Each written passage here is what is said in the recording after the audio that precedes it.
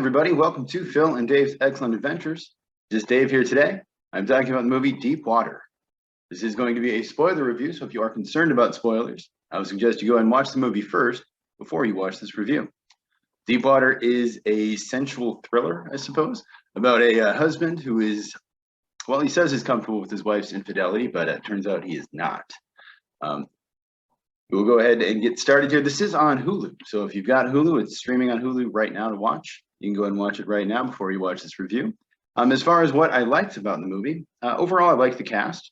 I'm a fan of Ana de Armas. She's a good actress. She's very pretty, and she, I think, was ideally suited for this role. I like the daughter, Trixie.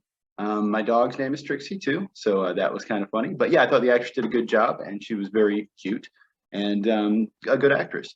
I actually kind of liked Affleck as the jealous husband. I'm not a huge Ben Affleck fan, and I sort of made fun of his performance in The Tender Bar, but I actually thought he was pretty good in this, or at least better in this for sure.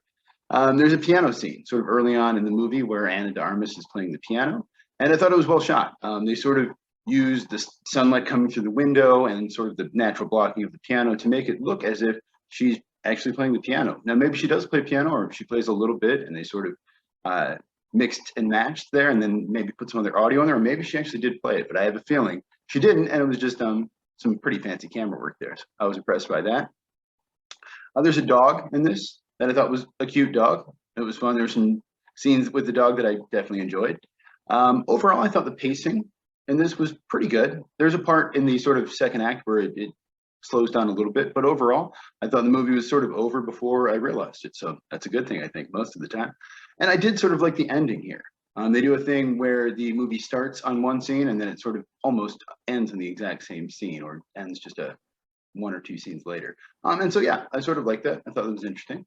As far as what I didn't like about it, although I thought Affleck was pretty good as the jealous husband, there's a scene early on when he's talking to Joel, I believe is the blonde-haired guy's name, who is his wife's friend, and the way he's sort of intimidating him without exactly saying what he's doing, and he sort of jokes, or maybe doesn't joke, about killing somebody else. I thought that scene worked. I think Affleck is not great at emoting, and so I think in a scene like that where you're not supposed to be sure exactly if the character is being serious or not, I think it actually really kind of worked for him. So I think in general, as a jealous husband, he was pretty good. As a doting father, I didn't find him as believable. I don't know why. For whatever reason, when he said, like, I love you to his daughter, it didn't sound like, I don't know, I didn't buy it.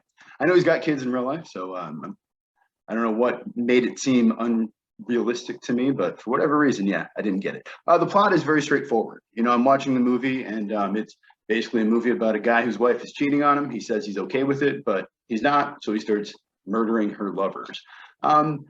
I was sort of expecting it to be maybe something else. Maybe there'd be some sort of a twist, like maybe the two of them were actually working together, and it was some sort of weird, murder kind of sexual thing. Or maybe the wife was actually killing the people, but it was going to frame the husband for it. Or I don't know, maybe even the daughter was doing it, which I don't think most people would like. But hey, at least that would be a different story. But in this case, you pretty much get exactly what you expect, for better or worse.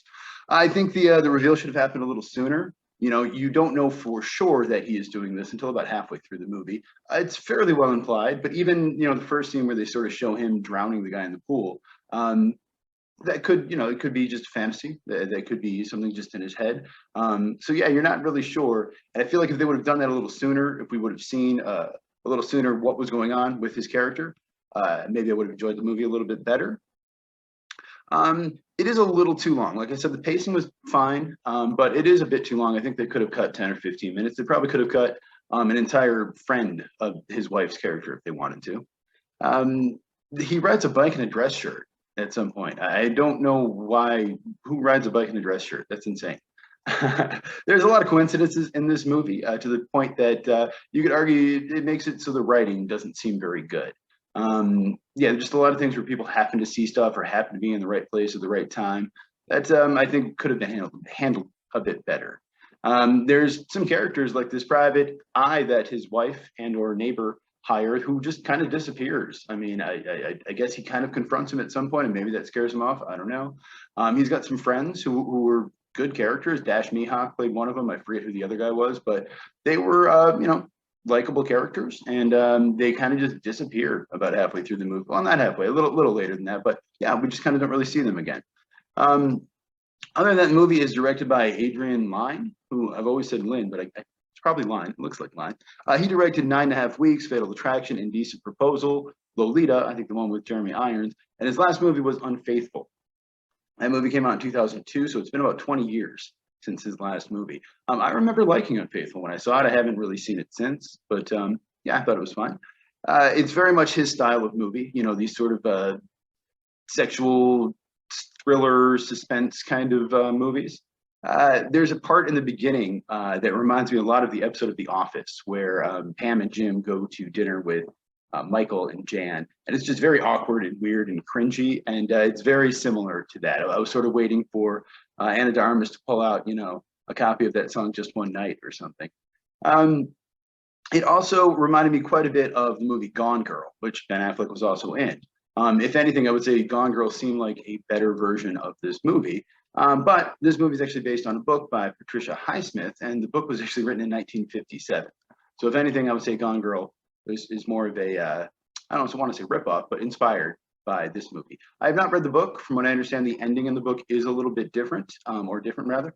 I like the ending in this one. Patricia Highsmith, by the way, also wrote Strangers on the Train and Strangers on a Train and The Talented Mr. Ripley, which Matt Damon was in the movie version of that. So yeah, I have not read the book. I've heard that it's good.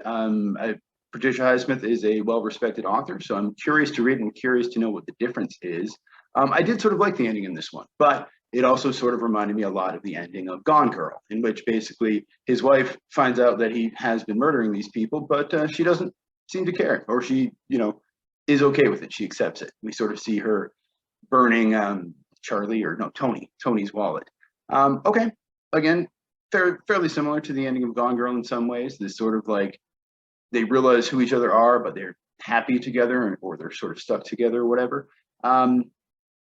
It was written by, or this was adapted by two people. One of them was Sam Levinson, who is known for the TV show Euphoria. I watched the first episode or two of that show. It wasn't really for me, I don't think, but I've heard good things, and it sounds like it gets better, so maybe I should check it out again. But this movie definitely didn't convince me to want to do that at all. I do wonder if I would have liked this movie more if it were just a different type of movie. If, for example, it were like a dark comedy where, you know, Ben Affleck's wife says she wants an open relationship and he says fine, but turns out he's not fine with it, and then he starts killing her, you know, lovers, or he accidentally kills her lovers and kind of finds himself in a situation where he has to kill more people to, you know, get away with it. Something like that I might have liked a bit better than this sort of straightforward suspense thriller kind of thing.